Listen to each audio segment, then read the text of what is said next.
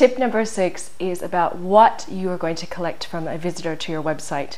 What I mean by that is when you have your opt-in form, which we've already discussed, you have to ask for some fields. They can be name, first name, last name, email address, phone number, address, country, and the list goes on and on and on. There's a lot of different opinions about what to collect. I'm going to show you some examples now and go a little bit deeper into what I recommend that you do with your squeeze page or your landing page. Let's get started. The big question is this: what information should you capture from your lead? We have so many people that come to us and say, I want to get the first name and the last name and the phone number and the address and the country. It's a tricky question because here's the thing. A lot of people are focused on quality lists of leads, and that means you're willing to give more information right off the bat to be a quality lead. However, right now what's going on online is more than ever, people just do not trust. They do not trust. They don't want to be bombarded from emails. They don't want to give their name. So the tricky situation is, what do you ask for? Before I answer that question, I'm just going to go through some opt-in forms. These are randomly chosen off the internet. Here's one right here. First name, email. Here's one right here. Name, email. Just email. Actually, you'll recognize that one from before in a previous one. Name, email.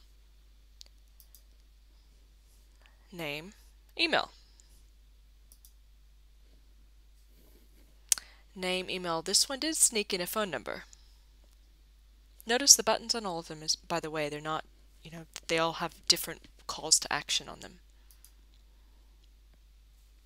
Name, email. This one is actually to become a free member of a website. And all it asks for, this is it. This is to become a member of a website. First name, last name, email address, and you can assign your password right there. That's a CAPTCHA. I'll explain in a second what that's all about.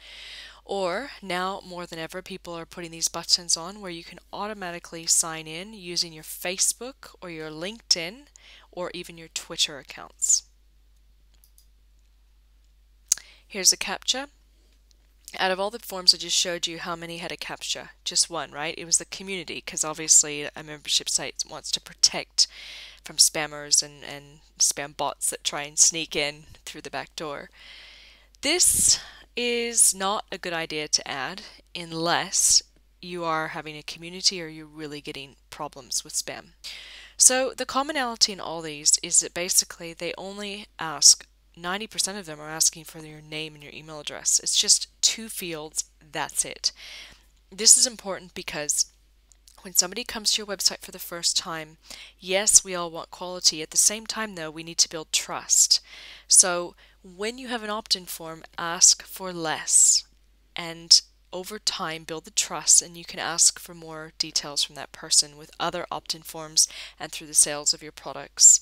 Now, you do not have to worry about having a spammer come in and enter a dodgy email address, because we will actually discuss in a future tip how to handle the thank you page, which is what they're directed to if you click here after you enter your details.